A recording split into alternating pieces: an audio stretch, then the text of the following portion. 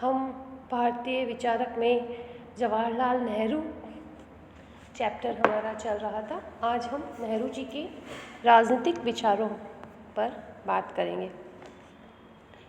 नेहरू एक महामानव थे और उन्होंने न केवल राजनीति वरन सामाजिक, आर्थिक और इससे आगे बढ़कर मानवीय विषयों पर विचार व्यक्त किए।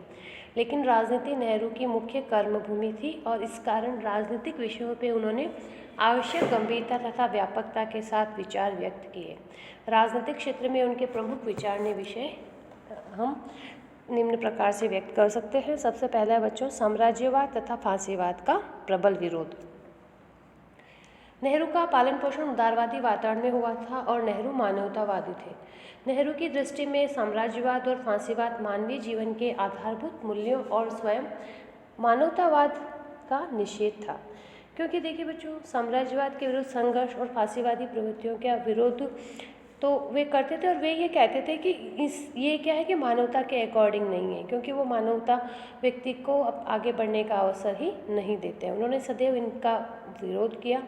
भारत की स्वतंत्रता प्राप्ति के बाद भी वे अंतर्राष्ट्रीय स्तर पर साम्राज्यवाद और फांसीवादी प्रवृत्तियों के विरोध में संलग्न रहे। इंडोनेशिया, मोरक्को, ट्यूनीशिया, अल्जीरिया की स्वतंत्रता में उन्होंने महत्वपूर्ण योगदान दिया। अब क्यों उन्होंने बच्चों साम्राज्यवाद को गलत माना? तो वे कहते हैं कि साम्राज्यवाद वो क्या है, शोषण पर आधारित है। आप बच्चों भारत के एग्जाम्पल से भी आप समझिए, अंग्रेज जब यहाँ आए थे तो वो व्यापार करने आए थे। वो राज स्थापित उनको परिस्थितियों के कारण करना पड़ा, लेकिन वो थे आए व्यापार करने ही थे। तो जब व्यापार करने कोई आया है तो हमारे देश के लिए तो सोचेगा नहीं, उसने हमारे भारत का भरपूर शोषण किया। तो नेहरू जी भी ये कहते हैं कि साम्राज्यवाद के उदय और विकास की जो ये प्रक्रिया है ये दोनों मिलीजुली है। साम्राज्यवादी देश हिंसा और उत्पीड़न की प्रक्रिया को अपनाकर शोषण के उद्देश्य से साम्राज्यवाद की स्थापना करते हैं। साम्राज्यवाद शोषण, लूट खसोट और हिंसा को प्रोत्साहित करता है, अतः उन्हें साम्राज्यवाद और साम्राज्यवादी मनोवृत्ति से घृणा थी और उन्होंने सदैव इनका विरोध किया और उसे वे मानवता के नाम पे कलंक कहते थे। वे कहते थे कि भारत में हमें साम्राज्यवाद की पूरी ताकत का तजुर्बा हो चुका है। साम्राज्यवाद का मतलब हम बहुत अच्छी तरह समझते हैं, इसलिए हम ऐसे प्रत्येक सम्मेलन में दिलचस्पी लेंगे जो साम्राज्यवाद के खिलाफ हो। दूसरा बच्चों, उन्होंने कहा कि साम्राज्यवाद के परिणाम राजनीतिक अत्याचार और सामाजिक विखंडन है। क्योंकि देखिए बच्चों, साम्राज्यवाद मतलब दूसरे राज्य में जाके साम्राज्य स्थापित करना हिंसा और बल प्रयोग पर आधारित है और अपने अधिकारों की मांग करने वाली जनता पर निर्ममतापूर्वक गोली वर्षा की जाती है, जैसे जालियांवाला बाग थे। तो ये सब क्या है, साम्राज्यवाद के इतिहास का उदाहरण है।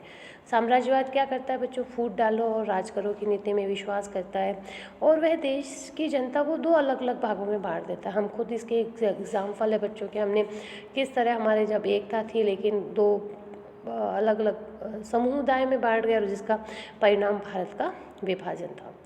विदेशी शासन के अधीन कोई भी जिंदा कौम अपने विजेता के साथ कभी भी चैन की सांस नहीं ले सकती, क्योंकि इस चैन के मायने हैं गुलामी और गुलामी के मायने हैं उन सब की मौत जो कौम को जिंदा रखने की ताकत होती है। तो इसलिए उन्होंने कहा हमारा दुश्मन इंग्लैंड नहीं है, हमारा दुश्मन तो साम्राज्यवाद है और जहाँ साम्राज्यवाद है वहाँ हम खुशी से नहीं रह सकते। नेक्स्ट उन्होंने फांसीवाद का विरोध किया। फांसीवाद आप जानते हैं बच्चों, एक अधिनायकवादी विचारधारा है जो इटली में सेकेंड वर्ल्ड वार के बाद मुसोलिनी के नेतृत्व में उदय हुई, जो सर्वाधिकारवादी थी, जो तानाशाही थी, जिसमें व्यक्तिगत स्वतंत्रता का कोई स्थान नहीं था। तो नेहरू जी ने हमेशा फांसीवाद का विरोध किया। नेहरू की दृष्टि में फांसीवाद और नाजीवाद साम्राज्यवाद और जातिवाद का उग्र रूप है, अतः उन्होंने साम्राज्यवाद के ही समान फांसीवाद और नाजीवाद की भी प्रबल शब्दों में आलोचना की। नेहरू प्रत्येक व्यक्ति की स्वतंत्रता के प्रबल पक्षधर थे और जानते थे कि फांसीवाद अनुशासन के नाम पर नागरिकों की स्वतंत्रता का अपहरण करता है। फांसीवाद प्रगति विरोधी विचारधारा है, क्योंकि एक प्रगतिशील समाज में फांसीवादी व्यवस्था को बनाए रख पाना संभव नहीं होता। फांसीवाद उग्र राष्ट्रवाद में विश्वास रखता है और उग्र राष्ट्रवाद के नाम पर जनता को युद्ध के लिए प्रेरित करता है, अतः उन्होंने सदैव फांसीवाद की आलोचना की और समाज के लिए इसे उपयोगी नहीं माना। फिर फांसीवाद को उन्होंने लोकतंत्र विरोधी बताया। जवाहरलाल नेहरू के लिए लोकतंत्र एक व्यवस्था ही नहीं वरन विश्वास और आस्था का भी प्रश्न था।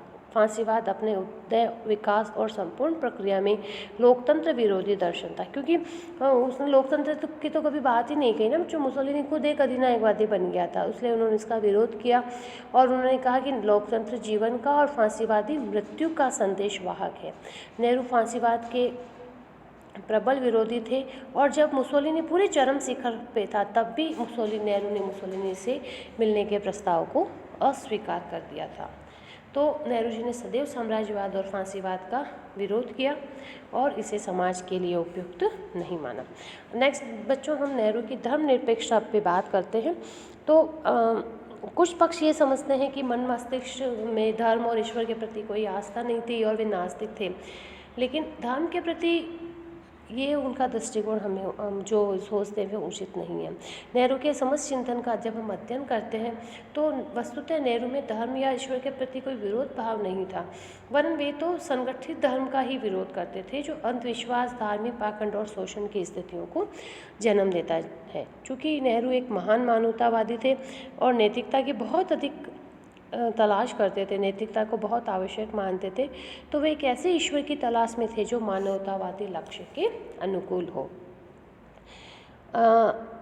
यद्यपि ईश्वर के अस्तित्व में उन्होंने जरूर संशय प्रकट किया है, परंतु उनकी आस्था ऑल्टेयर के इस कथन में अवश्य थी कि ईश्वर नहीं भी है तो भी हमें उसका आविष्कार करना होगा। तो नेहरू जी का जो धर्म और ईश्वर के प्रति सच्चे अर्थों में आस्था रखते थे, सत्य और करुणा के आध्यात्मिक मूल्यों में उनकी गहरी आस्था थी। उनके जीवन दर्शन में समस्त तत्व विद्यमान थे जिसे महात्मा गांधी ने धर्म का सार बतलाया था।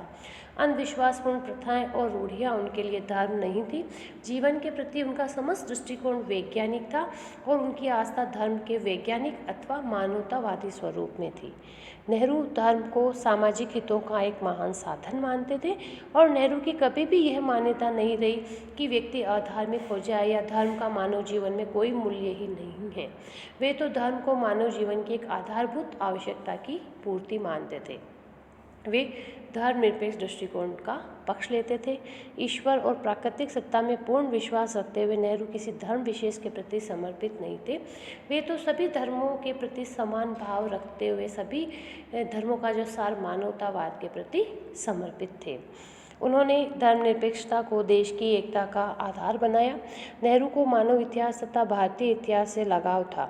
इतिहास के अपने अध्ययन के आधार पर वे इस निष्कर्ष पर पहुँचे कि फूट और सांप्रदायिकता के विष ने हमारे देश की गौरवशाली परंपराओं को बहुत अधिक हानि पहुँचाई है।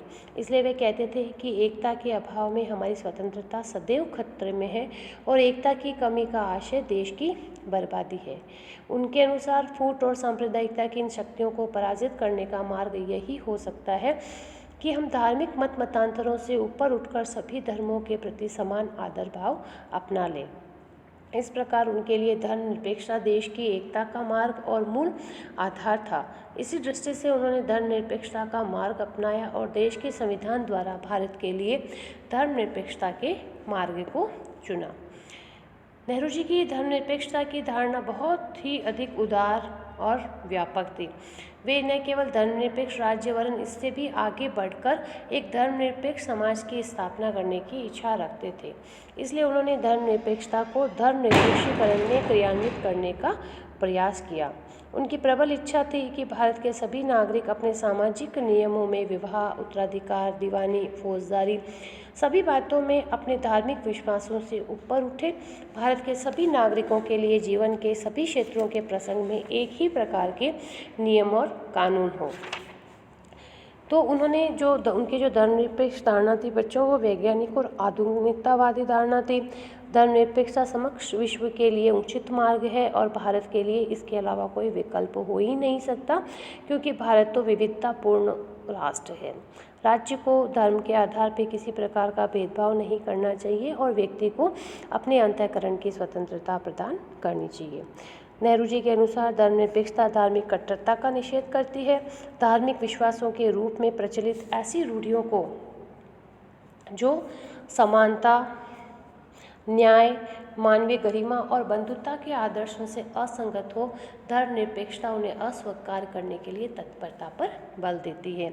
उन्होंने सांप्रदायिक सद्भाव पर बल दिया और उन्होंने कहा कि राष्ट्रीय जीवन में सभी अनुयायियों को सद्भाव के साथ अपना बेहतर करने का मौका मिले, और उन्होंने ये भी कहा कि सामाजिक जीवन के अन्य क्षेत्रों में भी इसे अपनाया जाना चाहिए। समस्त नागरिकों के लिए समान नागरिक संहिता को अपनाया जाना चाहिए और धार्मिक विश्वासों को इसके मार्ग में बाधक नहीं बनने दिया जाना चाहिए।